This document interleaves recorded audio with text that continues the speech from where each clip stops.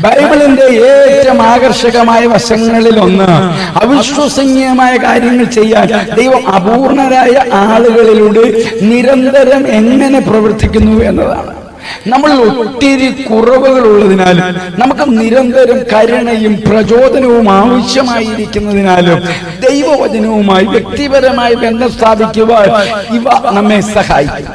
യാക്കോബിന്റെ ജീവിത കഥയെക്കുറിച്ചുള്ള ബൈബിൾ പഠനം ഒരു പ്രത്യേക ഉദ്ദേശത്തോടെ ദൈവം എങ്ങനെ നമ്മെ സൃഷ്ടിച്ചുവെന്ന് മനസ്സിലാക്കാൻ സഹായിക്കും. ദൈവം നമ്മളിൽ ഓരോരുത്തരെയും ഒരു പ്രത്യേക ബ്ലൂ പ്രിന്റിൽ നിന്നാണ് രൂപകൽപ്പന ചെയ്തിരിക്കുന്നത്. നാം ആരാകണം എന്നതിന്റെ എല്ലാ വശങ്ങളെ കുറിച്ചും കർത്താവ് ചിന്തിച്ചിട്ടുണ്ട്. നമ്മുടെ രൂപം, വ്യക്തിത്വം, താല്പര്യം മുതലായവ.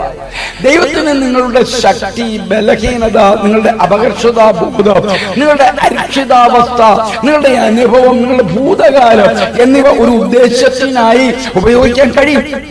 യാക്കോബിന് ദൈവത്തെക്കുറിച്ചോ ദൈവത്തിൽ താൻ ആരാണെന്നോ അറിയില്ല. അവൻ നേർന്നതിന്റെ വാക്കിലൂടെ ദൈവത്തെ കണ്ടെത്താനുള്ള അവന്റെ സന്നദ്ധതയും ദൈവത്തിന് യാക്കോബിനെ കുറിച്ചുള്ള പദ്ധതിയെയും സൂചിപ്പിക്കുകയാണ്.